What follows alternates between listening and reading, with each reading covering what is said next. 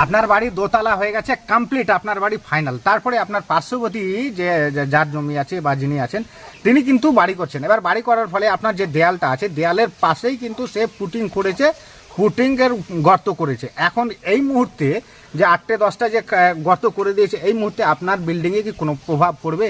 হ্যাঁ, এর প্রভাবটা অবশ্যই পড়বে যদি আপনি একটি কাজ যদি না করে থাকেন।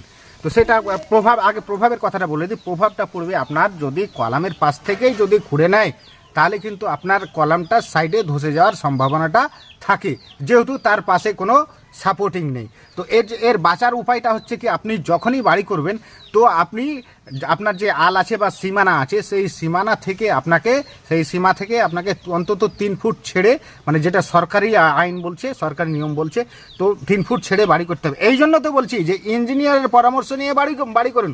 আর কতটা ছেড়ে বাড়ি করতে হয় এই সম্বন্ধে ভিডিও দেখতে